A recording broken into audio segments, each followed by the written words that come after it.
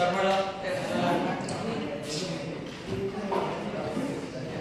So in the last sessions we discussed about the introduction of what coincidence and magnetism, right? Just recall the first chapter, what we studied in that chapter, that is the electric field. First chapter ನಾವು ಸ್ವಲ್ಪ ನೆನಪು ಮಾಡ್ಕೊಂಡ್ರೆ first chapter ಒಳಗಡೆ ಬಹಳಷ್ಟು ಕಲ್ತೀವಿ, ಹೌದಿಲ್ಲ? ಅಷ್ಟನ್ನು ಆಮೇಲೆ ನೆನಪು ಮಾಡ್ಕೊರಿ. ಈಗ ನಮಗೆ ಇನ್ನೇನು ಬೇಕಾದ್ರೆ ಅದನ್ನು ಸ್ವಲ್ಪ ನೆನಪು ಮಾಡ್ಕೊತೀನಿ ನಾನು, ನೀವು ಅಷ್ಟು ನೆನಪು ಮಾಡ್ಕೊರಿ. So to check the presence of electric field, we use a test charge. And the nature of this test charge is positive. So ಹಾಗಂತ ಹೇಳಿ ಟೆಸ್ಟ್ ಚಾರ್ಜ್ ಯಾವಾಗಲೂ ಪಾಸಿಟಿವ್ ಆಗಿರ್ಬೇಕಂತ ಏನು ರೂಲ್ ಇಲ್ಲ ನಿಮ್ಮಲ್ಲಿ. ಕಾಂಪಿಟೇಟಿವ್ ಎಕ್ಸಾಮ್ಸ್ ಒಳಗಡೆ ಈ ಟೆಸ್ಟ್ ಚಾರ್ಜ್ ನೆಗೆಟಿವ್ ಕೂಡ ಆಗಿರಬಹುದು. ನಾವು ಎಲೆಕ್ಟ್ರಿಕ್ ಫೀಲ್ಡ್ ಅನ್ನು ಚೆಕ್ ಮಾಡಕ್ಕೆ ಟೆಸ್ಟ್ ಚಾರ್ಜ್ ನ ಯೂಸ್ ಮಾಡ್ತೀವಿ ಅಷ್ಟೇ. It may be a positive or it may be negative. But NCERT ಒಳಗಡೆ ಎಲ್ಲೆಲ್ಲಿ ಟೆಸ್ಟ್ ಚಾರ್ಜ್ ಅಂತ ಇದಾವಲ್ಲ ಅಲ್ಲೆಲ್ಲ ಪಾಸಿಟಿವ್ ಚಾರ್ಜ್ ಅನ್ನು ತಗೊಂಡಿದ್ದೀವಿ. Okay, so this is the first thing, test charge. ಎದಕ್ಕೆ ಯೂಸ್ ಮಾಡ್ತೀರಾ ಇದನ್ನ?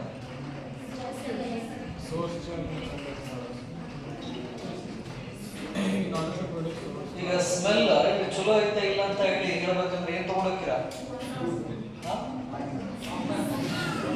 ಮಾರಿ ತಗೊಂಡೋಗ್ತೀರಾ? ಮರೆಯಾಗಿದ್ದು ಮೂಗು ತಗೊಂಡೋಗ್ತೀರಿ, ಹೌದಿಲ್ಲ?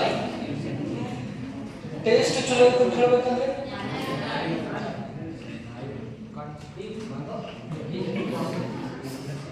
ಸೊ ಹಂಗೆ ಎಲೆಕ್ಟ್ರಿಕ್ ಫೀಲ್ಡ್ ಐತೆ ಇಲ್ಲ ಅಂತ ಹೇಳಿ ಚೆಕ್ ಮಾಡ್ಬೇಕಂದ್ರೆ ನಾವೇನ್ ಮಾಡ್ತೀವಿ? ಟೆಸ್ಟ್ ಚಾರ್ಜ್ ನ ತಗೊಂಡು ಹೋಗ್ತೀವಿ ನೆನಪಲ್ಲಿ. ಒಂದು next we studied the electric field lines. The field lines start from positive and terminate at negative charge. Let's consider a uniform electric field.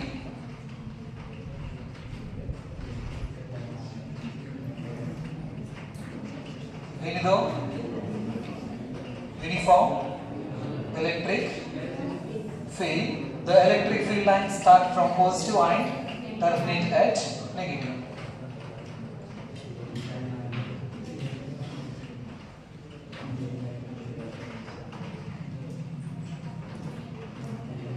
So this is the uniform electric field.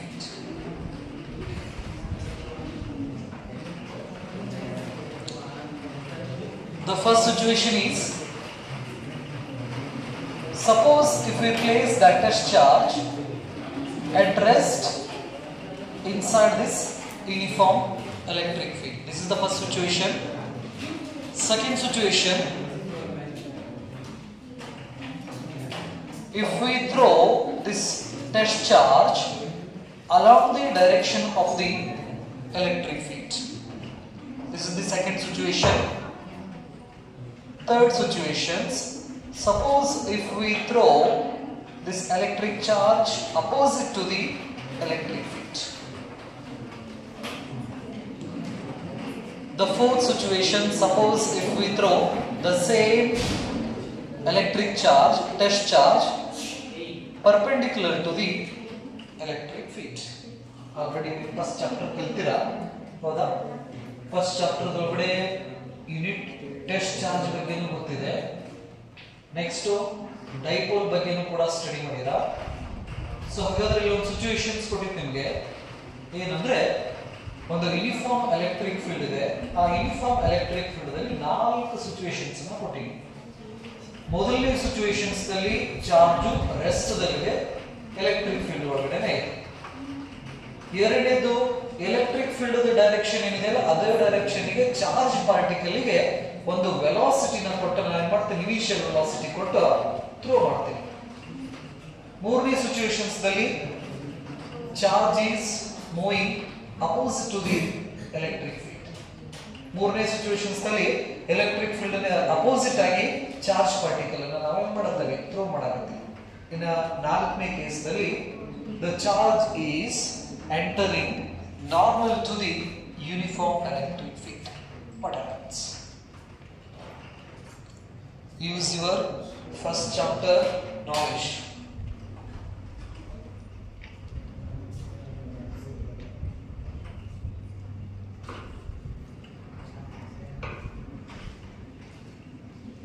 ನೆನಪಲ್ಲಿ ಬರೀ notes ಅಥವಾ book ಅಷ್ಟ ಓದೋದ್ರಿಂದ knowledge ಬರೋಂಗಿಲ್ಲ. ನಾವು ಏನು ಓದ್ತೀವಿ, ಎದಕ್ಕೆ ಓದ್ತೀವಿ, ಏನು ಆಗಕತ್ತಲ್ಲಿ ಸಿಚುವೇಶನ್ಸ್ ಅನ್ನು ಅನಲೈಸ್ ಮಾಡಿಲ್ಲ ಅಂದ್ರೆ ಓದಿದ್ದು ವ್ಯರ್ಥ. ನೆನಪಿಟ್ಕೊಳ್ಳಿ. Exam point of view, board exam point of view ನಾವು ಓದಿದಪ್ಪ ಅಂತ ಹೇಳಿದ್ರೆ ಬಾಯ್ಹಾಟ್ ಹಾಕಿನೂ ನಾವು ಫಸ್ಟ್ ಕ್ಲಾಸ್ ಬರ್ಬೋದು, ತಿಳಿತಾ? ಅದರಿಂದ ನಮಗೆ ಮಾರ್ಕ್ಸ್ ಬರ್ತೈತೆ ಹೊರತು ನಾಲೆಜ್ ಬರೋಂಗಿಲ್ಲ. ನೆನಪಿರಲಿ, ಯಾಕಂದ್ರೆ ಮುಂದೆ ದೇಶದ ಭವಿಷ್ಯ. ನೀವು ಬಾಯ್ಹಾಟ್ ಹಾಕಿ ಮಾರ್ಕ್ಸ್ ತಗೊಂಡು ಟಾಪ್ ಬಂದ್ರೆ ಅರ್ಥ ಇರೋಂಗಿಲ್ಲ. ಏನ್ ಕಲಿತಿರಲ್ಲ ಅದನ್ನ ಸ್ವಲ್ಪ ಅರ್ಥ ಮಾಡ್ಕೊಂಡು ಕಲೀರಿ. ಚಲೋ ಸಿಗ್ಬೇಕಂದ್ರೆ ಯಾವಾಗ್ಲೂ ಹೇಳ್ತೇನೆ ನಿಮ್ಗೆ, ಚಲೋ ಸಿಗ್ಬೇಕಂದ್ರೆ ಬಹಳ ಟೈಮ್ ತಗೋತೈತಿ. ಹಾಗೆ ನಾಲೆಜ್ ಸಿಗ್ಬೇಕಂದ್ರೆ ಬಹಳಷ್ಟು ಟೈಮ್ ನಾವು ಅದಕ್ಕೆ ಕೊಡ್ಬೇಕಾಕೈತಿ. ಅದಕ್ಕೆ ನಾವು ಕೊಟ್ಟಾಗ ನಮ್ಗೆ ಅದ್ರ ಬಗ್ಗೆ ನಮ್ಗೆ ಜಾಸ್ತಿ ನಾಲೆಜ್ ಸಿಗ್ತೈತಿ. ಈಗ ಮ್ಯಾಗಿಂದ ನಾನು ಹಾಗೆ ಎಕ್ಸಾಂಪಲ್ ಮ್ಯಾಗಿಂದ ಅಷ್ಟೇ ನಿಮ್ಗೆ ಹೇಳ್ಕೊಂತ ಹೋದ್ನಿಪ್ಪ ಅಂತ ಹೇಳಿದ್ರೆ ಅದೇನು ಅನ್ನೋದು ಗೊತ್ತೂ ಆಗೋಂಗಿಲ್ಲ ನಮಗೆ.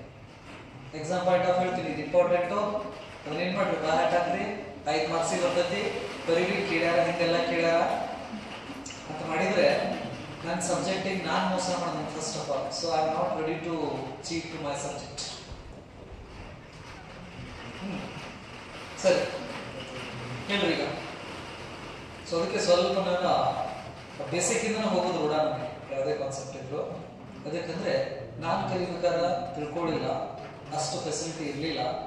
ಅಟ್ಲೀಸ್ಟ್ ಅದು ನಿಮಗೆ ಆಗ್ಬಾರ್ದು ಅನ್ನೋದು ನನ್ನ ಉದ್ದೇಶ ಅಷ್ಟೇ ಫಿಸಿಕ್ಸ್ ಸಬ್ಜೆಕ್ಟಲ್ಲಿ. ಯಾಕಂದ್ರೆ ನಾನು ಸೆಕೆಂಡ್ ಇರೋದು ಮಾರ್ಕ್ಸ್ ಕಡಿಮೆ ಇರೋದೇ ಫಿಸಿಕ್ಸ್ ಕಡಿಮೆ. ಸೊ ಹಾಗಾಗಿ ಫಿಸಿಕ್ಸ್ ನಾನು ಚೂಸ್ ಮಾಡಿದ್ದು. ಇಲ್ಲಿ ಬನ್ನಿ,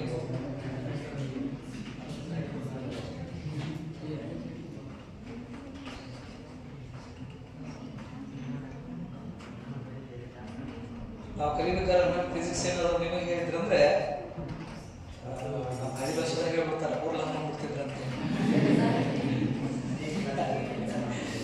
ಸರಿ, ಸೊ ಅದಕ್ಕೆ ಹಂಗೆ ಆಗ್ಬಾರ್ದು ಅನ್ನೋ ಉದ್ದೇಶದಿಂದ ನಾನು ಡೀಟೇಲ್ಸ್ ಕೊಡ್ತಿರ್ತೇನೆ.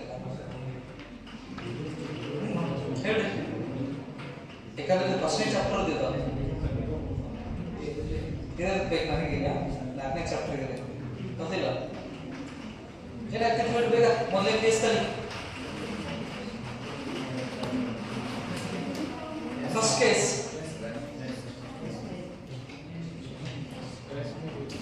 ಫಸ್ಟ್ನೇ ಕೇಸ್ದಲ್ಲಿ ಎಲೆಕ್ಟ್ರಿಕ್ ಫೀಲ್ಡ್ ಒಳಗಡೆ ಹೋಗಿ ನಾ ಏನ್ ಮಾಡಿದ್ದೀನಿ, ಒಂದು ಎಲೆಕ್ಟ್ರಿಕ್ ಚಾರ್ಜ್ ಅನ್ನು ಜಸ್ಟ್ ರೆಸ್ಟ್ ದಲ್ಲಿ ಕೈ ಬಿಟ್ಟಿ ನಾನು ಏನಾಕೈತಿ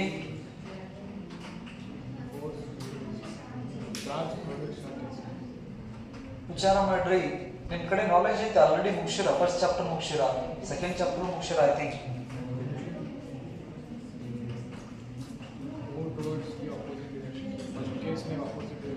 ತಡಿ, ಅಲ್ಲಿ ವಿಚಾರ ಮಾಡ್ಲಿ ಸ್ವಲ್ಪ. ರೆಸ್ಟ್ ದಲ್ಲಿ ಇರ್ತೈತಾ ಏನಾಕೈತಿ?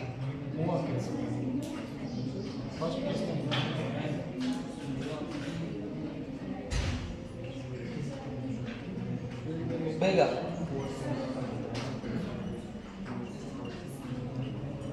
ಇಂಪಾರ್ಟೆಂಟ್ ಕ್ವಶನ್ಸ್ ಇವ್ರಿಗೆ ಗೊತ್ತಿರ್ಬೇಕಾದ್ರಾಗ ಫಸ್ಟ್ ಚಾಪ್ಟರ್ ಒಳಗಡೆ, ಹೌದಿಲ್ಲ? ಇವು ಇಂಪಾರ್ಟೆಂಟ್ ಕ್ವಶನ್ಸ್ ಇದಾವಂತೇಳಿ 1 marks, 2 marks, 3 marks, 5 marks.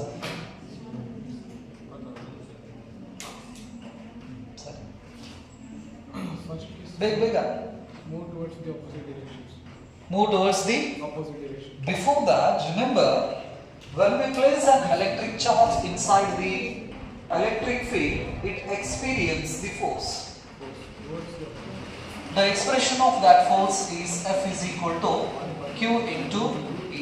This is the one force, right? So here I consider a uniform electric field. If I consider only one source charge, then we can observe the Coulomb force of attraction or repulsion between the charges. ಹಾಗಾದ್ರೆ ಇದು ಒಂದು expression force. ಇನ್ನೊಂದು coulombs ಲಾ ಇದೆ, ಹೌದಾ? F is equal to K QQ divided by R square. ಎರಡು ಏನು ಹೇಳ್ತೇವೆ? ಇದ್ರ ಮಧ್ಯೆ ಇರ್ತಕ್ಕಂಥದ್ದು ಎರಡು ಚಾರ್ಜಸ್ ಮಧ್ಯೆ ಇರ್ತಕ್ಕಂತಹ ಫೋರ್ಸ್ ಅನ್ನ ಹೇಳುವಂತಹ ಎಕ್ಸ್ಪ್ರೆಷನ್ಸ್ ಎರಡು. ಹೌದಾ? ಒಂದು ಕೂಲಂಬ್ಸ್ ಲಾ ಇಂದ ಹೇಳ್ತೀವಿ ನಾವು, ಇನ್ನೊಂದು ಎಲೆಕ್ಟ್ರಿಕ್ ಫೀಲ್ಡ್ ಇಂಟೆನ್ಸಿಟಿ ಕಾನ್ಸೆಪ್ಟ್ ಇಂದ ನಾವು ಫೋರ್ಸ್ ಅನ್ನ ಹೇಳ್ತೀವಿ. ಸೊ ಹಾಗಾದ್ರೆ from this expression, this is the electric force, right? This is the test charge, and E stands for electric field intensity. So when we place the electric charge inside the uniform electric field, it experiences a force. Due to this force, the positive charge, due to attractive and repulsive force, positive negative, attract. Therefore, this positive charge move towards the negative plate. Uniform motion, non-uniform motion.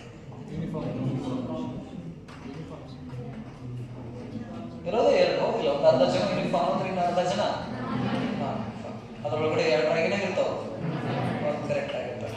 So ಹಾಗಾದ್ರೆ ಈ object ಏನಿದೆಯಲ್ಲ, ಈ object ಅನ್ನ ನಾ ಇಲ್ಲಿಂದ ಬಿಟ್ರೆ ನೀವು ಹೇಳಿದ ಪ್ರಕಾರ ಈ ಆಬ್ಜೆಕ್ಟ್ ಲಿಫ್ಟ್ ಹೆಂಗ್ ಹೋಗ್ತಿತ್ತಲ್ಲ ಹಂಗ ಕೆಳಗ್ ಬೀಳ್ತೈತಿ ಅಂತ ಹೇಳಿದ್ರಿ ನಿಮಗೆ. ನಿಮ್ ಪ್ರಕಾರ ಏನಕ್ಕತ್ತಿದ್ದು? ಇಲ್ಲಿಂದ ಕೈ ಬಿಟ್ನಿಪ್ಪ ಅಂತ ಹೇಳಿದ್ರೆ ಒಂದ ವೆಲಾಸಿಟಿದಿಂದನ ಕೆಳಗೆ ಹೋಗ್ತಿತ್ತು, ಬರ್ಬರ್ತಾ ವೆಲಾಸಿಟಿ ಜಾಸ್ತಿ ಮಾಡ್ಕೊಂತ ಹೋಗ್ತಿತ್ತು. ಒಂದ ವೆಲಾಸಿಟಿದಿಂದ ಹೋಯ್ತಂದ್ರೆ ಯೂನಿಫಾರ್ಮ್ ಮೋಷನ್ಸ್ ನೆನಪಿರ್ಲಿ. ಲಿಫ್ಟ್ ಮೂವ್ಮೆಂಟ್ ಇರ್ಬೋದು, ಎಸ್ಕಲೇಟರ್ಸ್ ಸ್ಟೆಪ್ಸ್ ಹೋಗಿರ್ತಾವಲ್ಲ ಎಸ್ಕಲೇಟರ್ಸ್, ಅವೆಲ್ಲ ಯಾವ ಮೋಷನ್ ಮಾಡ್ತಾವ? Uniform motions, right? ನಾರ್ಮಲಿ ಈ ಆಬ್ಜೆಕ್ಟ್ ಅನ್ನ ಬಿಟ್ರೆ ಇದು ಯಾವ ಮೋಷನ್? ನಾನ್ ಯೂನಿಫಾರ್ಮ್ ಮೋಷನ್ಸ್. ಅಂದ್ರೆ ವೆಲಾಸಿಟಿ ಬರ್ಬರ್ತಾ ಏನ್ ಮಾಡ್ಕೊಂತ ಹೋಗ್ತೈತಿ? ಜಾಸ್ತಿ ಮಾಡ್ಕೊಂತ ಹೋಗ್ತೈತಿ. ನೆನಪಲ್ಲಿ ಹಂಗ ಈ ಪಾಸಿಟಿವ್ ಚಾರ್ಜ್ ನೆಗೆಟಿವ್ ಚಾರ್ಜ್ ಕಡೆ ತನ್ನ ವೆಲಾಸಿಟಿನ ಇನ್ಕ್ರೀಸ್ ಮಾಡ್ಕೊಂತ ಹೋಗ್ತೈತಿ. ಇದು ರಿಪಲ್ ಮಾಡ್ತೈತಿ, ಇದು ಅಟ್ರಾಕ್ಟ್ ಮಾಡ್ತೈತಿ. ಹಾಗಾಗಿ we can also accelerated motion, ಏನೋ ಎಕ್ಸಲರೇಟೆಡ್ ಮೋಷನ್ಸ್ ನಾವೇನ್ ಮಾಡ್ಬೋದು?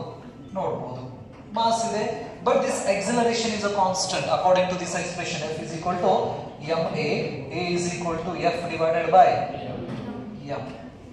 ಮಾಸ್ ಕಾನ್ಸ್ಟೆಂಟ್ ಇದೆ, ಇದ್ರ ಮೇಲ್ಗಡೆ ಬೀಳ್ತಕ್ಕಂಥ ಫೋರ್ಸ್ ಎಲೆಕ್ಟ್ರಿಕ್ ಫೀಲ್ಡ್ ಕಾನ್ಸ್ಟೆಂಟ್ ಇದೆ, ಚಾರ್ಜ್ ಕೂಡ ಕಾನ್ಸ್ಟೆಂಟ್ ಇದೆ, ಫೋರ್ಸ್ ಏನಾಗ್ತೈತಿ? ಕಾನ್ಸ್ಟೆಂಟ್. ಮಾಸ್ ಕಾನ್ಸ್ಟೆಂಟ್ ಇದೆ, ಫೋರ್ಸ್ ಕಾನ್ಸ್ಟೆಂಟ್ ಇದೆ, ಹಾಗಾಗಿ ಎಕ್ಸಲರೇಷನ್ ಕೂಡ ಕಾನ್ಸ್ಟೆಂಟ್. ಒಂದ ಎಕ್ಸಲರೇಷನ್ಸ್ ಇಂದ ಏನಾಗ್ಕೊಂತ ಹೋಗ್ತಿತ್ತು? ಹೋಗ್ತಿದೆ. ಅಂದ್ರೆ ಪ್ರತಿ ಸೆಕೆಂಡಿಗೆ 1 ಸೆಕೆಂಡಿಗೆ 1 metre per second velocity increase ಮಾಡಿದ್ರೆ ನೆಕ್ಸ್ಟ್ ಸೆಕೆಂಡಿಗೆ ಮತ್ತೊಂದು 1 ಮೀಟರ್ ಪರ್ ಸೆಕೆಂಡ್, ಈ ತರ ಯೂನಿಫಾರ್ಮ್ ಎಕ್ಸಲರೇಷನ್ಸ್ ಅನ್ನ ಹೊಂದಿರ್ತಿತ್ತು. ಇದು ಮೊದಲನೇ ಕೇಸ್ನಲ್ಲಿ ಆಯ್ತು. ಎರಡನೇ ಕೇಸ್ನಲ್ಲಿ ಇಲ್ಲಿ ಫೀಲ್ಡ್ ಒಳಗ ಇದೆ, ನಾನು ಇನ್ನು ರೈಟ್. ಸೆಕೆಂಡ್ ಕೇಸ್ನಲ್ಲಿ ಏನಾಗ್ತದೆ? Already this has some initial velocity u. Initial velocity ಕೊಟ್ಟು ಹೋಗೋದನ್ನ ಹಿಂಗೆ ಅದಕ್ಕೆ ಅವಾಗ ಏನಾಗ್ತೈತಿ?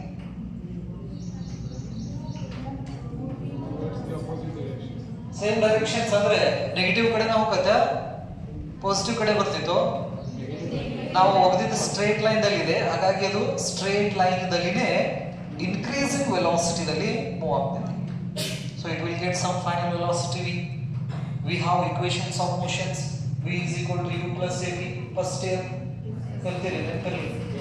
ಸ್ಟ್ರೇಟ್ ಲೈನ್ ಬಂತಪ್ಪ ಅಂತ ಹೇಳಿದ್ರೆ ಮೆಕ್ಯಾನಿಕ್ಸ್ ಸ್ಟಾರ್ಟ್ ಆಗ್ತಿದ್ದ. ಈ ಮೆಕ್ಯಾನಿಕ್ಸ್ ಎಕ್ಸ್ಪ್ರೆಷನ್ಸ್ ಯೂಸ್ ಮಾಡ್ತೀವಿ, ಯಾಕಂದ್ರೆ ನ್ಯೂಮೆರಿಕಲ್ ಪ್ರಾಬ್ಲಮ್ಸ್ ಮಾಡಬೇಕಾದ್ರೆ ಇವನ್ನೆಲ್ಲ ಯೂಸ್ ಮಾಡ್ಕೋತೀವಿ ನೆನಪಿರಲಿ.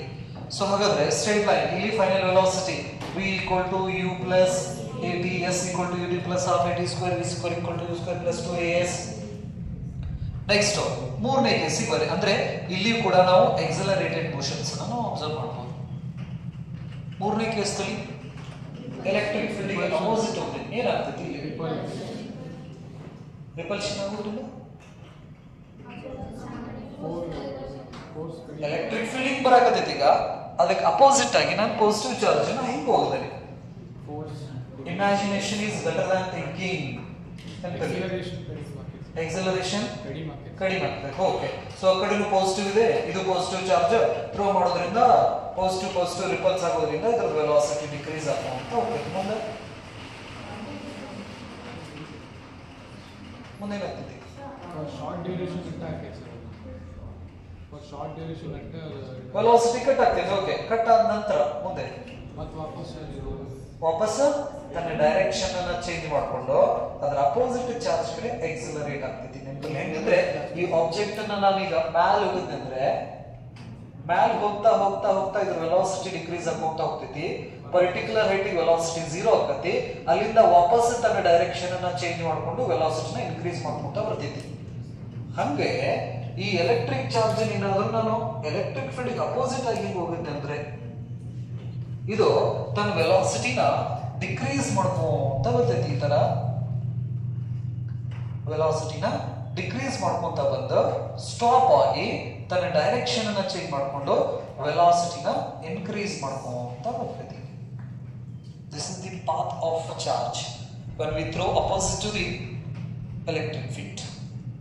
ಇನ್ನ ಇಲ್ಲಿ ನೋಡ್ತೈತಿ ಪರ್ಪೆಂಡಿಕ್ಯುಲರ್ ಆಗಿ ಎಂಟರ್ ಆಗಕತ್ತದ.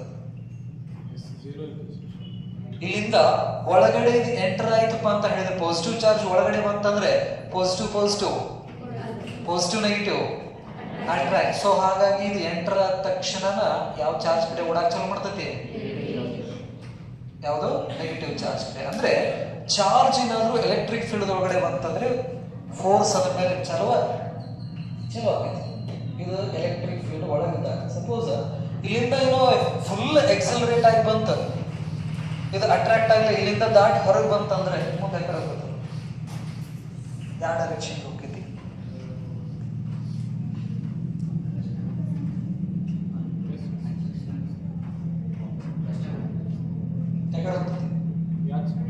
ಇಲ್ಲಿಂದ ಎಕ್ಸಲರೇಟ್ ಆಗಿ ಬರಾಕೈತಿ. ಹೌದಾ? ಇಲ್ಲಿ 100 ಮೀಟರ್ ಫಸ್ಟ್ ಬಂದು ಹಿಡ್ಕೊಳಕ್ ನಿಂತಿರ್ತಾರ.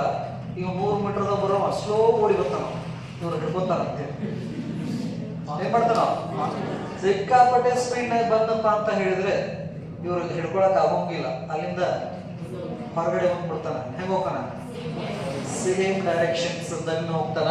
ಇಲ್ಲಿಂದ ಹೊರಗೆ ಬಂದ್ಮೇಲೆ ಯಾವ ವೆಲಾಸಿಟಿ ಇರ್ತೈತಲ್ಲ ಅದ ವೆಲಾಸಿಟಿನಲ್ಲಿ ಸೇಮ್ ಯಾವ ಡೈರೆಕ್ಷನ್ಸ್ ಬಂದಿರ್ತೈತಲ್ಲ ಹೊರಗಡೆ ಅದೇ ಡೈರೆಕ್ಷನ್ಸ್ ಅದ ವೆಲಾಸಿಟಿದಲ್ಲಿ ಕಂಟಿನ್ಯೂ ಆಗಿರ್ತೈತಿ. ಅಲ್ಲಿ ವೆಲಾಸಿಟಿ ಇನ್ಕ್ರೀಸ್ ಡಿಕ್ರೀಸ್ ಆಗೋಂಗಿಲ್ಲ. ನಾವು ಎಲೆಕ್ಟ್ರಿಕ್ ಫೀಲ್ಡ್ ಅಷ್ಟೇ ಇದಷ್ಟೇ ಐತಿ ಅಂತ ಕನ್ಸಿಡರ್ ಮಾಡಿದ್ರೆ, but in reality we have gravitational field, electric field, magnetic field. But ಈಗ ನಾವೆಲ್ಲಿದ್ದಾವೆ? Electric field, magnetic field, gravitational field ದಾಗ ಇದೀವಿ ನಾವು. ಬಟ್ ನಾವು ಸ್ಟಡಿ ಮಾಡಬೇಕಾದ್ರೆ ನೆನಪಲ್ಲಿ ಈಗ ಎಲೆಕ್ಟ್ರಿಸಿಟಿ ಸ್ಟಡಿ ಮಾಡಾಕತ್ತೀವಿ ಅಂದ್ರೆ ಎಲೆಕ್ಟ್ರಿಕ್ ಫೀಲ್ಡ್ ಅಷ್ಟೇ ಐತಿ ಅಂತ ತಗೋತೀವಿ. What about other fields? We neglect. ನೆನಪಲ್ಲಿ ಕಲಿಬೇಕಾದ್ರೆ ಅವನ್ನ ನಾವು ನೆಗ್ಲೆಕ್ಟ್ ಮಾಡ್ಕೊಂಡು ಕಲಿತೀವಿ. ಬಟ್ ರಿಯಾಲಿಟಿ ಒಳಗಡೆ ನಾವು ಪ್ರಾಕ್ಟಿಕಲ್ಸ್ ಮಾಡಕ್ ಹೋದಾಗ ಅವು ಫೀಲ್ಡ್ ಆಕ್ಟ್ ಆಗಿರ್ತಾವಲ್ಲಿ. ಕಲಿತೇವೆ ನಾವು ಏನು? ಒಂದು ಭಾರವಾದ ವಸ್ತು ಮತ್ತು ಒಂದು ಹಗುರವಾದ ವಸ್ತು, ನ್ಯೂಟನ್ಸ್, ಎರಡನ್ನು ಒಂದೇ ಹೈಟ್ ಮೇಲಿಂದ ಬಿಟ್ರ ಎರಡು ಒಂದೇ ಟೈಮಿಗೆ ನೆಲಕ್ಕೆ ಬಂದು ಮುಟ್ತಾವು ಅಂತ ಹೇಳ್ತಾರೆ. ಕಲ್ತೀರಿ ನೀವು ನ್ಯೂಟನ್ಸ್ ಲಾಸ್ ನಲ್ಲಿ. ಬಟ್ ರಿಯಾಲಿಟಿ ಒಳಗಡೆ ಆಕತ್ತದಂಗೆ ವಜ್ಜಿದ್ದ ಲಘು ಬಂದು ಮುಡ್ತೈತಿ, ಹಗರಿದ್ದ ಲೇಟ್ ಆಗಿ ಬಂದು ಮುಡ್ತೈತಿ.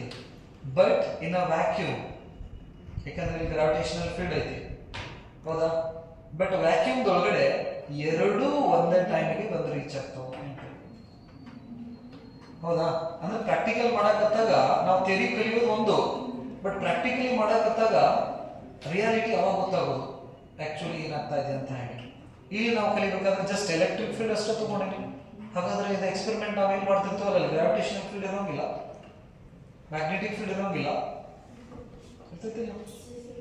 ಕಲಿಬೇಕಾದ್ರೆ ಅವನ್ನ ನಾವೇನ್ ಮಾಡ್ತೀವಿ? ನೆಗ್ಲೆಕ್ಟ್ ಮಾಡ್ಕೊಂಡು ಕಲಿತೀವಿ. ಸರಿ, ಸೊ ಇದೇನಿದು ಎಲೆಕ್ಟ್ರಿಕ್ ಫೀಲ್ಡ್ ಕತೆ. ಇದು ಇದರಿಂದ ಏನ್ ಕನ್ಕ್ಲೂಷನ್ ಬರ್ತೀರಾ? ಏನಾದ್ರೂ ಒಂದು ಫೈನಲ್ ಕನ್ಕ್ಲೂಷನ್ಸ್ ಬರ್ಬೇಕಲ್ಲ. ಒಟ್ಟ ಫಿಸಿಕ್ಸ್ ಕ್ಲಾಸಿಗೆ ಕುಂದ್ರಬಾರ್ದು ಅಂತ ಹೇಳಿ, ಫಿಸಿಕ್ಸ್ ಕ್ಲಾಸ್ ಬಂತಂದ್ರೆ ಅದು ಹೋಗ್ಬೇಕಂತ ಹೇಳಿ ಈಗ ಒಂದೇನು ಕನ್ಕ್ಲೂಷನ್ಸ್ ಇರ್ತಾವಲ್ಲ. ಇಷ್ಟೆಲ್ಲ ನೋಡಿದ್ಮೇಲೆ ಏನ್ ಕನ್ಕ್ಲೂಷನ್ಸ್ ಬರ್ತೀರಾ ಇವಷ್ಟು ಸಿಚುವೇಶನ್ಸ್ ದಿಂದ? ಆಯ್ತಾ? ಸರಿ. So however here, by observing these all the cases, we come to know that the speed or velocity of a charged particle, momentum of the charged particle, and the kinetic energy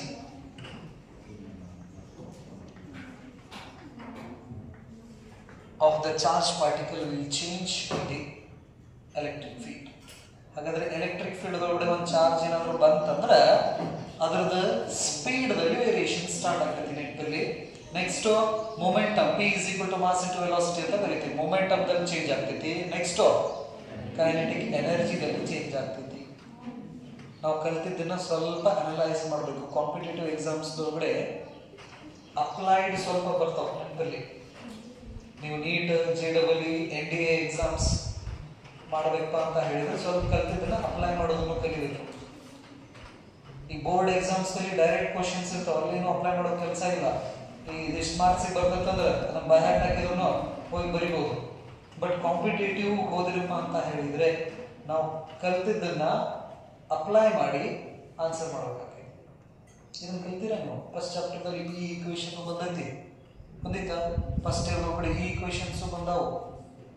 ಇವನ್ನೆಲ್ಲ ಎಲ್ಲಿ ಹಚ್ಬೇಕು, ಯಾವಾಗ ಹಚ್ಬೇಕು, ಅದು important ನೆನಪಲ್ಲಿ. ಸ್ವಲ್ಪ ಅದಕ್ಕೆ ಓದ್ತಿರಲ್ಲ, ಓದಿದ್ದನ್ನ ಎಲ್ಲಿ ಅಪ್ಲೈ ಮಾಡ್ಬೇಕಿದ್ರ ಅದು ಯಾವಾಗ ಗೊತ್ತಾಗ್ತಿತ್ತು ಅಂದ್ರೆ ನ್ಯೂಮೆರಿಕಲ್ ಪ್ರಾಬ್ಲಮ್ಸ್ ಮಾಡಕತ್ತಂದ್ರೆ ಅವಾಗ ಗೊತ್ತಾಗ್ತಿತ್ತು, ಓ ಈ ಈಕ್ವೇಷನ್ ಇಲ್ಲಿ ಯೂಸ್ ಆಗತ್ತಲ್ಲ ಇದು ಅಂತೇಳಿ. ಯಾಕಂದ್ರೆ ಫಿಸಿಕ್ಸ್ದಲ್ಲಿ ಈಕ್ವೇಷನ್ಸ್ ಸೇಸ್ 1000 ಕಾನ್ಸೆಪ್ಟ್ಸ್. ಒಂದು ಈಕ್ವೇಷನ್ಸ್ ಸಾಕಷ್ಟು ಇನ್ಫಾರ್ಮೇಶನ್ಸ್ ಅನ್ನ ಕೊಡ್ತೈತಿ ನೆನಪಲ್ಲಿ. ಬರೀ ನೋಡಕ್ ನಮ್ಗೆ ಹೆಂಗನ್ಸ ನಾ ಕಲಿಬೇಕಾದ್ರೆ ನಮ್ಗೆ ಇವೇನು ಬರೀ ಡೆರಿವೇಷನ್ಸ್ ಅದಾವಲ್ಲ ಅಂತೇಳಿ. ಯಾವಾಗ ಪಾಠ ಮಾಡಕ್ ನಿಂತೀವಲ್ಲ ಅವಾಗ ಅರ್ಥ ಆಕೈತದ ಆ ಡೆರಿವೇಷನ್ಸ್ ನಲ್ಲಿ ಏನ್ ಬ್ಯೂಟಿ ಐತೆ ಅಂತ ಹೇಳಿ. That explains the laws of nature. So first year ಒಳಗಡೆ ಹೇಳ್ತೀವಿ ನಿಮ್ಗೆ, physics is nothing but about nature and natural phenomena. ಹೌದಿಲ್ಲ? ಆ ಹೊರಗಡೆ ನಡೀತಕ್ಕಂಥ ನ್ಯಾಚುರಲ್ ಫೆನಾಮಿನನ್ಸ್ ಅನ್ನ ಈ ಈಕ್ವೇಷನ್ಸ್ ಹೇಳ್ತಾವ ನಮಗೆ. ಅದು ಬ್ಯೂಟಿ ಅದು. ಸೊ ಹಾಗಾಗಿ ಅದನ್ನ ತಿಳ್ಕೊಳಕ್ ಟ್ರೈ ಮಾಡಿ. ಅದು ತಿಳ್ಕೊಂಡ್ರೆ ಸಬ್ಜೆಕ್ಟ್ಸ್ ಬಹಳ ಈಸಿ. ಈಗೆಲ್ಲ ಮಾಡ್ತಿರೋ ಈ first chapter, second chapter almost all part 1 ಇದೆಲ್ಲ ಡೆರಿವೇಷನ್ ಪಾರ್ಟ್ ಐತೆ, ಪಾರ್ಟ್ 2 ಥಿಯರಿ ಪಾರ್ಟ್ ಐತೆ ಆಲ್ಮೋಸ್ಟ್. ಸೊ ಹಾಗಾಗಿ ಡೆರಿವೇಷನ್ಸ್ ಬಂದಪ್ಪ ಅಂತ ಹೇಳಿದ್ರೆ ಈಕ್ವೇಷನ್ಸ್ ಕಾಮನ್. ಆ ಈಕ್ವೇಷನ್ಸ್ ಏನಿದೆ, ಏನಾಗಕತ್ತೈತೆ ಅದನ್ನು ಸ್ವಲ್ಪ ಏನು ಮಾಡ್ರಿ ಅನಲೈಸ್ ಮಾಡೋದನ್ನ ರೂಢ ಮಾಡ್ತಾರೆ. ಇದು ಎಲೆಕ್ಟ್ರಿಕ್ ಫೀಲ್ಡ್ದಲ್ಲಿ ಆಯ್ತು. ಹೌದಾ? ಏನನ್ನ ಚಾರ್ಜನ್ನ ಎಲೆಕ್ಟ್ರಿಕ್ ಫೀಲ್ಡಲ್ಲಿ ಪ್ಲೇಸ್ ಮಾಡಿದ್ರು. ಈಗ I change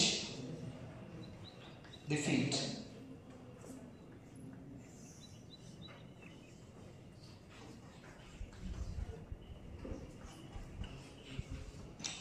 ಏನ್ ತಗೊಂಡ್ವಿ ಈಗ?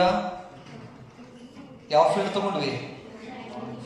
ಮ್ಯಾಗ್ನೆಟಿಕ್ ಫೀಲ್ಡ್ ನ ತಗೊಂಡ್ವಿ. North pole, south pole. ಈಗ ಎಲೆಕ್ಟ್ರಿಕ್ ಫೀಲ್ಡ್ ಇಲ್ಲ, ಗ್ರಾವಿಟೇಷನಲ್ ಫೀಲ್ಡ್ ಇಲ್ಲ. ಯಾವ ಫೀಲ್ಡ್ ಐತಿ? ಬರೇ ಮ್ಯಾಗ್ನೆಟಿಕ್. ಮ್ಯಾಗ್ನೆಟಿಕ್ ಫೀಲ್ಡ್ ಇದೆ. ಮ್ಯಾಗ್ನೆಟಿಕ್ ಫೀಲ್ಡ್ ನ ವೆಕ್ಟರ್ ಬೇಸಿಂದ ರಿಪ್ರೆಸೆಂಟ್ ಮಾಡ್ತೀವಿ ನಾವು. The direction of the magnetic field is north pole to south pole outside the magnet. SSLC ಒಳಗಡೆ ಎಲ್ಲ ಇದ್ರ ಬಗ್ಗೆ ಬೇಸಿಕ್ ಇನ್ಫಾರ್ಮೇಶನ್ಸ್ ನ ಕಲ್ತಿರ ನೆನಪಲ್ಲಿ. ಸೊ ಹಾಗಾದ್ರೆ ಈಗ ಅದೇ ಚಾರ್ಜ್ ನ ಏನೇನ್ ಮಾಡಿದ್ವಲ್ಲ ಅದೇ ಕೆಲಸನ ಇಲ್ಲಿ ಮಾಡ್ತೀವಿ. ಒಂದನೇ ಚಾರ್ಜ್ ನ ರೆಸ್ಟ್ ದಲ್ಲಿ ಇಡ್ತೀವಿ. ಎರಡನೇ ಕೇಸು ಚಾರ್ಜ್ ನ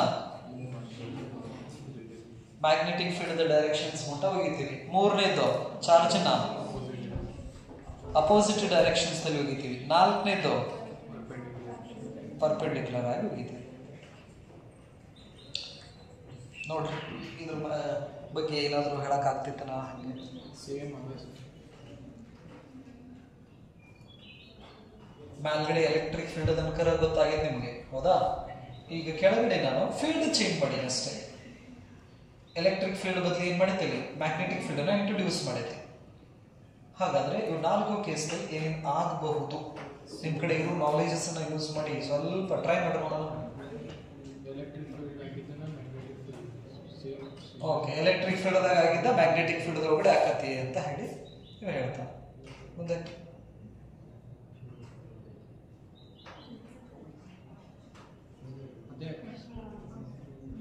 ಈಗ ವಿಚಾರ ಮಾಡಿ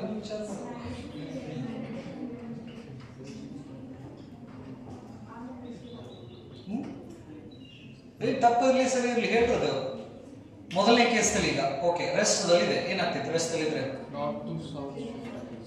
ನಾರ್ತ್ ಟು ಸೌತ್ ಹೋಗಿದ್ದ, ರೈಟ್, ನಾರ್ತ್ ಟು ಸೌತ್ ಹೋಗತಿ ಅಂತ ಹೇಳಿದ್ರು. ಇದನ್ನ ಇಟ್ಕೊಳ್ಳೋಣ, ನೋಡೋಣ ಆಮೇಲೆ ಏನಾಗ್ತೈತೆ. ನೆಕ್ಸ್ಟ್ ಎರಡನೇ ಕೇಸ್ನಲ್ಲಿ ಎಕ್ಸಲರೇಟ್ ಆಕೈತಾ ಹೆಂಗೆ ಏನ್ ಕತಿ ಎರಡನೇ ಕೇಸ್ನಲ್ಲಿ ಹೋಗದಿನ ಅದು ನಾರ್ತ್ ಪೋಲ್ ಕಡೆ ನಾರ್ತ್ ಟು ಸೌತ್ ಹೋಗೋದಿನ ಚಾರ್ಜ್ ಅವಾಗ ಏನಾಕೈತಿ ಅಥವಾ ಏನ್ ಆಗಬಹುದು ನಿಮ್ಮ ದೃಷ್ಟಿ ಒಳಗಡೆ ಈಗ ನೀವೇ ಎಕ್ಸ್ಪೆರಿಮೆಂಟ್ಸ್ ಮಾಡಕತ್ತರ ಇವನ್ನ ಹಂಗ ಅನ್ಕೊಂಡು ಟ್ರೈ ಮಾಡ್ರಿ ನೆನಪಲ್ಲಿ ಯಾವಾಗ ವಿಚಾರ ಮಾಡ್ಬೇಕಾದ್ರೆ ನಾನೇ ಈಗ ಎಕ್ಸ್ಪೆರಿಮೆಂಟ್ ಮಾಡಕತ್ತೀನಿ ಇದನ್ನ ಏನ್ ಆಗಬಹುದು ವೆಲಾಸಿಟಿ ಇನ್ಕ್ರೀಸ್ ಆಗ್ತೈತಾ ಎರಡನೇ ಕೇಸ್ ಓಕೆ ನೆಕ್ಸ್ಟ್ ಆಮೇಲೆ ನೋಡೋಣ ಮೂರನೇದು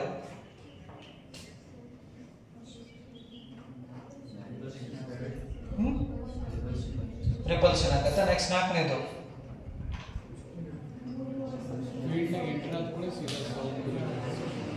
ಸರಿ so we have to remember the basic properties of electric charge. The main property of electric charge is like charges repel each other and unlike charges attract each other. Only the electric field and another charge can disturb the charges. Electric charge ಅನ್ನು disturb ಮಾಡಬೇಕಂದ್ರೆ ಇಲ್ಲಿ ಒಂದು electric field ಇರಬೇಕಾ ಇಲ್ಲ ಇನ್ನೊಂದು charge ಇರಬೇಕು ಅಂದ್ರೆ ಏನಾಕೈತದ accelerate ಆಕೈತಿ ಇಲ್ಲಿ ನಾನು ತಗೊಂಡಿರೋದು ಮ್ಯಾಗ್ನೆಟಿಕ್ ಫೀಲ್ಡ್ ಇಲ್ಲಿ ಎಲ್ಲಿ ಚಾರ್ಜ್ ಐತಿ ಇನ್ನೊಂದು ಎಲ್ಲಿ ಎಲೆಕ್ಟ್ರಿಕ್ ಫೀಲ್ಡ್ ಐತಿ ಅಲ್ಲಿರೋದು ಮ್ಯಾಗ್ನೆಟಿಕ್ ಫೀಲ್ಡ್ ಒಂದು ಚಾರ್ಜ್ ಪಾರ್ಟಿಕಲ್ ಎಕ್ಸಲರೇಟ್ ಆಗ್ಬೇಕಂದ್ರೆ ಏನ್ ಬೇಕು ಈಗ ಒಂದು ಚಾರ್ಜ್ ಇದೆ ಹೌದಾ ಈ ಚಾರ್ಜ್ ಎಕ್ಸಲರೇಟ್ ಆಗ್ಬೇಕಂದ್ರೆ ಈ ಕಡೆ ಒಂದು ನೆಗೆಟಿವ್ ಚಾರ್ಜ್ ಇಟ್ಟರೆ ಇದು ಎಕ್ಸಲರೇಟ್ ಆಕತಿ ಹೌದಾ ಅಥವಾ ಒಂದು ಫೀಲ್ಡ್ ನಾನು ಇಟ್ಟರೆ ಫೀಲ್ಡ್ ಕ್ರಿಯೇಟ್ ಮಾಡಿದ್ರೆ ಅವಾಗ ಏನಾಕಿತ್ತು ಎಕ್ಸಲರೇಟ್ ಆಗುತ್ತೆ ಬಟ್ ನನಗೆ ಇಲ್ಲಿ ಫೀಲ್ಡ್ ಇರೋದು ಮ್ಯಾಗ್ನೆಟಿಕ್ ಫೀಲ್ಡ್ ಅಲ್ಲ ಮ್ಯಾಗ್ನೆಟಿಕ್ ಫೀಲ್ಡ್ ಇದೆ ನೆನಪಿರ್ಲಿ ಚಾರ್ಜ್ ಐತಿ ಮ್ಯಾಗ್ನೆಟಿಕ್ ಫೀಲ್ಡ್ ಐತಿ ಇಲ್ಲಿ ಆಸುಪಾಸು ಇನ್ನೊಂದು ಚಾರ್ಜ್ ಇಲ್ಲ ಎಲೆಕ್ಟ್ರಿಕ್ ಫೀಲ್ಡ್ ಇಲ್ಲ ಸೊ ಈ ತರ ಎಕ್ಸ್ಪೆರಿಮೆಂಟ್ಸ್ ಅನ್ನ ಮಾಡಿದಾಗ they come to know that when the charge is at rest in the uniform magnetic field it will be at rest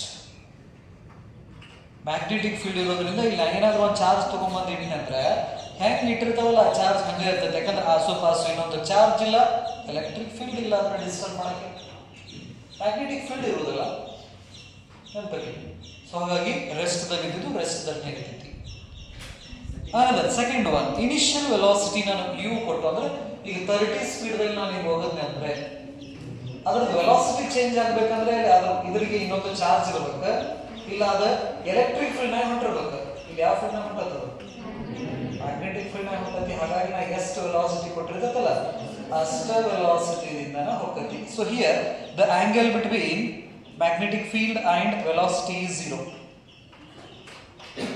experimentally ಇವನ್ನೆಲ್ಲ ವೆರಿಫೈ ಮಾಡಿದ್ಮೇಲೆ ರಿಸಲ್ಟ್ಸ್ ಕೊಟ್ಟಿರೋದು ನೆನಪಲ್ಲಿ so theta is equal to 0 ಹಾಗಾಗಿ ಈಗ ನಾ 10 ಸ್ಪೀಡ್ ನಾಗ ಏನಾದರೂ ಹೋಗಿದ್ದಂದ್ರೆ 10 ಸ್ಪೀಡ್ ನಾಗ ಹೋಗಿರ್ತದೆ ಎಕ್ಸಲರೇಟ್ ಆಗಿ ಹೋಗಿಲ್ಲ ಯೂನಿಫಾರ್ಮ್ ಮೋಷನ್ ಅನ್ನು ಮಾಡ್ತಿದ್ದೆ ನೆಕ್ಸ್ಟ್ ಮೂರನೇ ಕೇಸ್ನಲ್ಲಿ ಇಲ್ಲಿ ಕೂಡ ನಾನು ಅದು ಇನಿಷಿಯಲ್ ವೆಲಾಸಿಟಿ ಕೊಟ್ಟು ಅಪೋಸಿಟ್ ಹೋಗಿದ್ದೀನಿ ನಾನೀಗ here the theta is equal to 180 degree theta is equal to 180 degree. That is the angle between the velocity of that charged particle and magnetic field.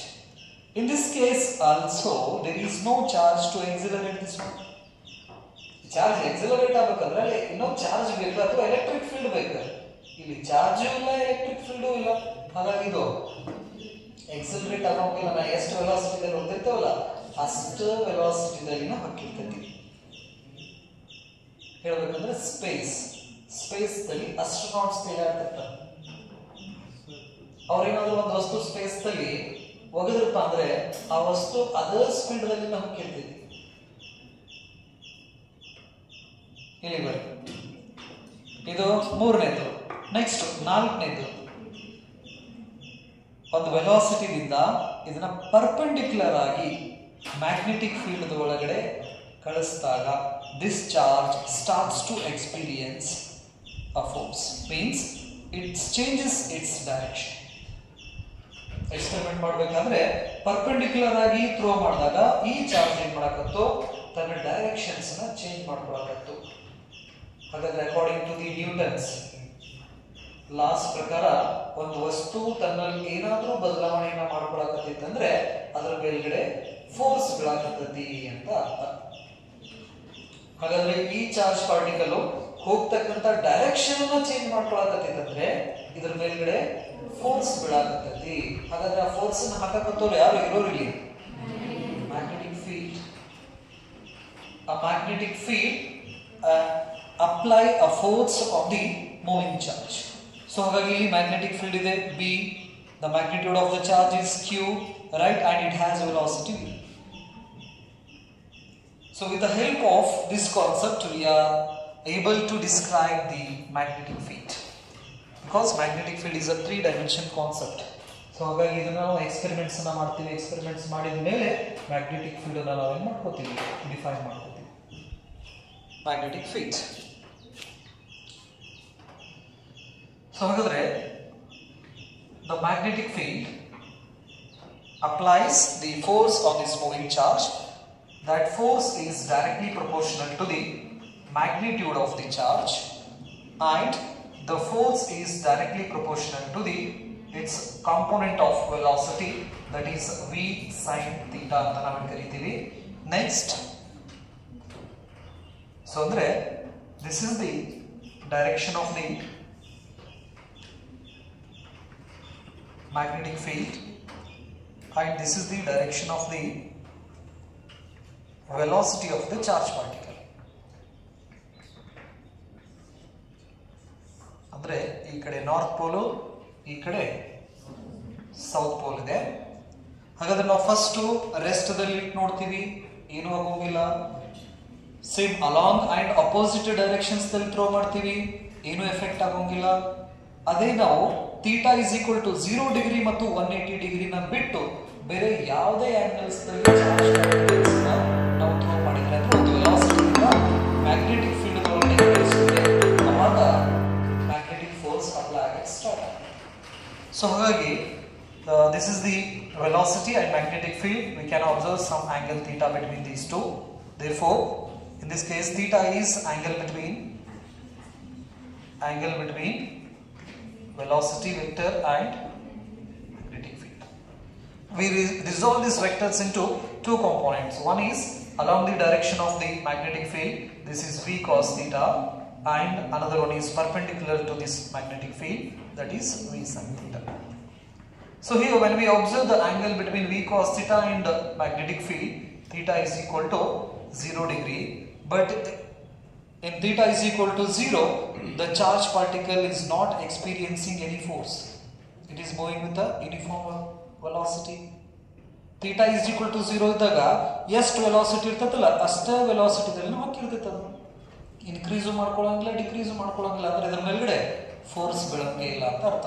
But when the angle is 90 degree or other than 0, 180, it starts to experience a magnetic force. Therefore, the magnetic force depends on the component of the velocity, that is v sin theta. So ಹಾಗಾಗಿ force v sin theta ಮೇಲೆ depend ಐತಿ ಅಂತ ನಾವು ಕರೀತೀವಿ. ಇದು ಒಂದು clear. From equation 1 and 2, combining these two expressions, we get the expression of magnetic force is equal to q v sin theta. When we remove this proportional constant, we get a quantity b sin theta. So here the b stands for what? Magnetic field intensity or proportional constant. Magnetic field flux density ಕೂಡ ಅಂತ ನಾವು ಕರೀತೀವಿ. ನಾವು ಅದಕ್ಕೆ magnetic field ಅಂತ ಹೇಳ್ತೀವಿ. Magnetic field intensity ನು ಕೂಡ ಅಂತ ಹೇಳಿ ಕರೀತೀವಿ. Right? Where a b stands for what? Magnetic field.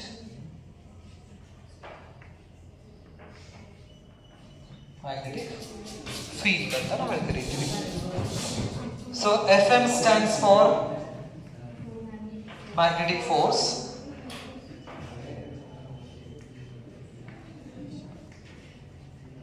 Q stands for a magnitude of charge.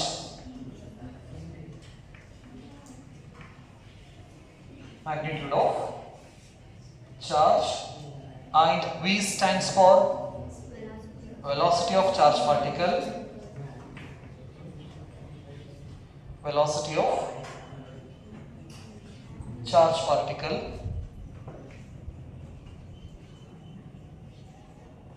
and B stands for magnetic field. Theta is angle between velocity and magnetic field. Velocity and magnetic field.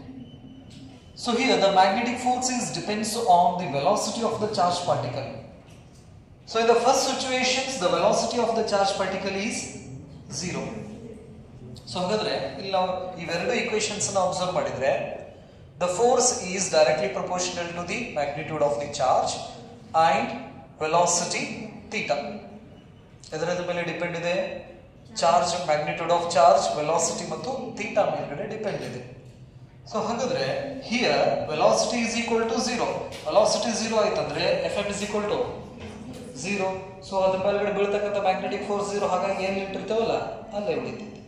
Next second case ನಲ್ಲಿ theta is equal to 0. sin 0 is 0. ಅವಾಗಲೂ ಕೂಡ force ಏನಾಗ್ಬಿಡ್ತೈತಿ 0. ಹಾಗಾಗಿ ಇದನ್ನ ಎಷ್ಟು ವೆಲಾಸಿಟಿದಲ್ಲಿ ಕಳಿಸಿರ್ತೀವಲ್ಲ ಅಷ್ಟು ವೆಲಾಸಿಟಿದಲ್ಲಿ ನಾವು ಕೇಳ್ತೈತಿ. Next theta is equal to 180. sin 180 value is again 0. So ಹಾಗಾಗಿ ಎಷ್ಟು ವೆಲಾಸಿಟಿದಲ್ಲಿ ಅಪೋಸಿಟ್ ಡೈರೆಕ್ಷನ್ಸ್ ನಲ್ಲಿ ಬರ್ತಿತ್ತಲ್ಲ ಅಷ್ಟೇ ವೆಲಾಸಿಟಿದಲ್ಲಿ ಹೋಗ್ತೈತಿ. ಇನ್ನ 90 ಡಿಗ್ರಿ ಬಂದ್ರೆ ಇದು ಬರ್ದ್ರ ಇಲ್ಲಿ ತನ ಓಕೆ. So ಹಾಗಾದ್ರೆ the magnetic force depends on the value of what q v b sin theta. Here the b stands for what? The magnetic field. That is the new term. We have to study about that magnetic field.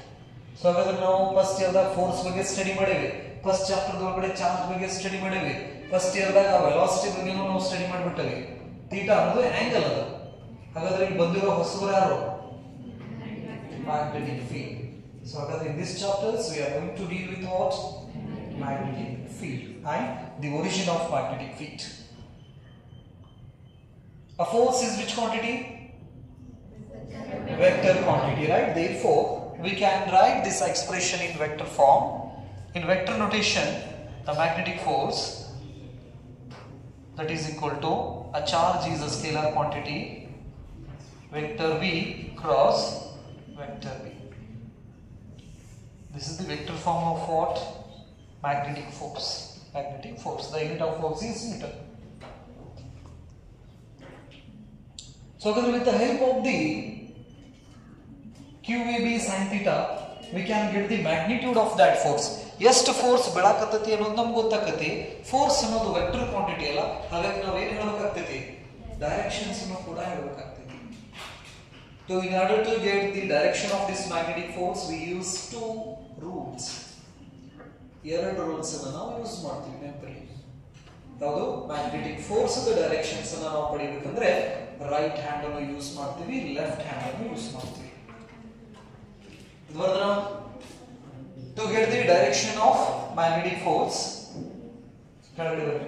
equations are there. To get the direction of magnetic force, we use magnetic force. We use Fleming left hand rule. Fleming left hand rule. So ಹಾಗಾಗಿ Fleming ಏನು ಮಾಡ್ರಿ left hand rule ಅನ್ನ draw ಮಾಡ್ಕೊಳ್ಳಿ. ಇದು left hand ನಂದಿದೆ but rule ಅವ್ರದ.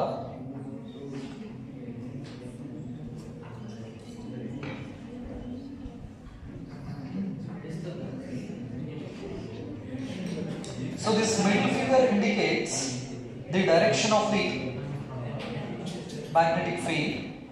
The middle finger indicates the direction of velocity. The thumb indicates the direction of force. Fleming left hand rule prakara, the middle finger indicates the direction of magnetic field. The middle finger, the forefinger indicates the direction of magnetic field. Middle finger indicates the direction of velocity and thumb indicates the direction of force. ಇದು ಒಂದು rule ನೆನಪಲ್ಲಿ. ಇಲ್ಲಿ field ಮತ್ತೆ velocity force. So ಹಾಗೆ right hand rule ಕೂಡ ನಾವು use ಮಾಡ್ತೀವಿ ನೆನಪಲ್ಲಿ. ರೈಟ್ ಹ್ಯಾಂಡ್ ರೂಲ್ ಪ್ರಕಾರ ವೆಲಾಸಿಟಿ ಒಂದು, ನೆಕ್ಸ್ಟ್ ಮ್ಯಾಗ್ನೆಟಿಕ್ ಫೀಲ್ಡ್ ಒಂದು ಕಾಂಪೋನೆಂಟ್.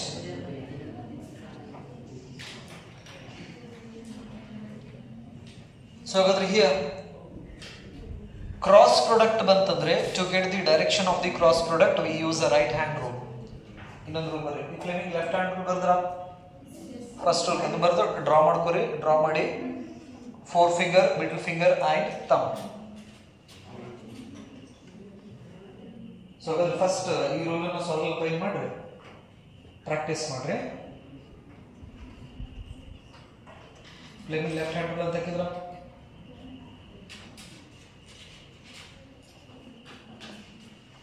ಮನೆ ಸಣ್ಣ ಹುಡುಗರು ಇರ್ತಾರಲ್ಲ ಅವ್ರ ಎಡಗೈ ತಗೊಂಡ್ಬಂದು ಹಿಂಗೆ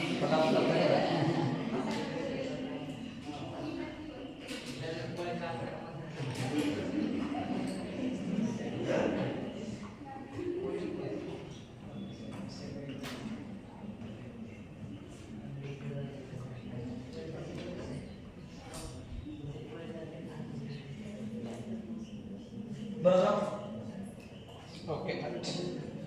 So let's consider this wall is a north pole and this wall is south pole.